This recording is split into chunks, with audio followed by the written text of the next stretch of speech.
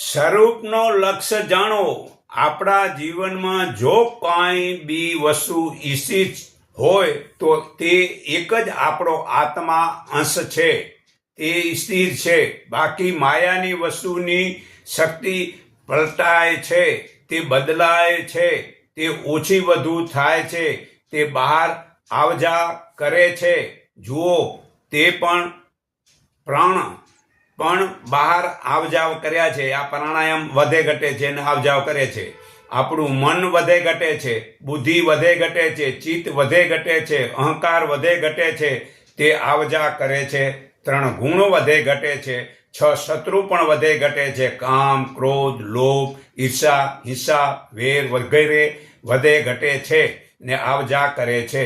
અને ઈચ્છા પણ ઓછી વધુ થાય છે અને ઘટે છે.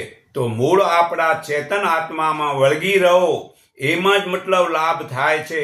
તો આપણે મનુષ્ય જન્મનો ફેરો સફળ ચોક્કસ થઈ જાય છે.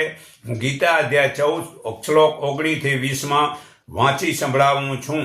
જ્યારે જ્ઞાની મનુષ્ય 3 ગુણો સિવાય બીજો કોઈ કરતો નથી એમ જુએ છે અને પોતાને તે ગુણોથી પર રહેલો જાણે છે, ત્યારે તે મનુષ્ય શરીરની ઉત્પત્તિના કારણરૂપ આ 3 ગુણોથી તરી જઈને જન્મ, મૃત્યુ, વૃદ્ધાવસ્થા ના દુઃખોથી મુક્ત થઈ અને અમૃત અર્થાત અમરપણાનો અનુભવ કરે છે અને મારા એટલે પરમાત્મા રૂપને જ પામે છે. અર્જુને પૂછ્યું, હે પ્રભુ, આ 3 ગુણોથી પર થયેલા મનુષ્યના કેવા લક્ષણ હોય છે, તેનો આચાર કેવો હોય છે તથા કયા ઉપાયે મનુષ્ય આ 3 ગુણોથી પર થઈ શકે છે?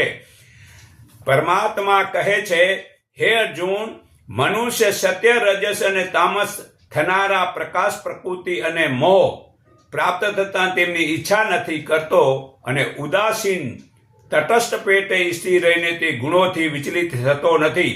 ગુણો જ ગુણોમાં વર્તે છે એમ માનીને સ્વસ્થ રહે છે. સ્વરૂપના ભાનથી ખસતો નથી. સુખ દુઃખને સમાન સમજે છે. માટી, પથ્થર તથા સોનું જેને સમાન છે તથા પ્રિય અને અપ્રિય સમાન છે.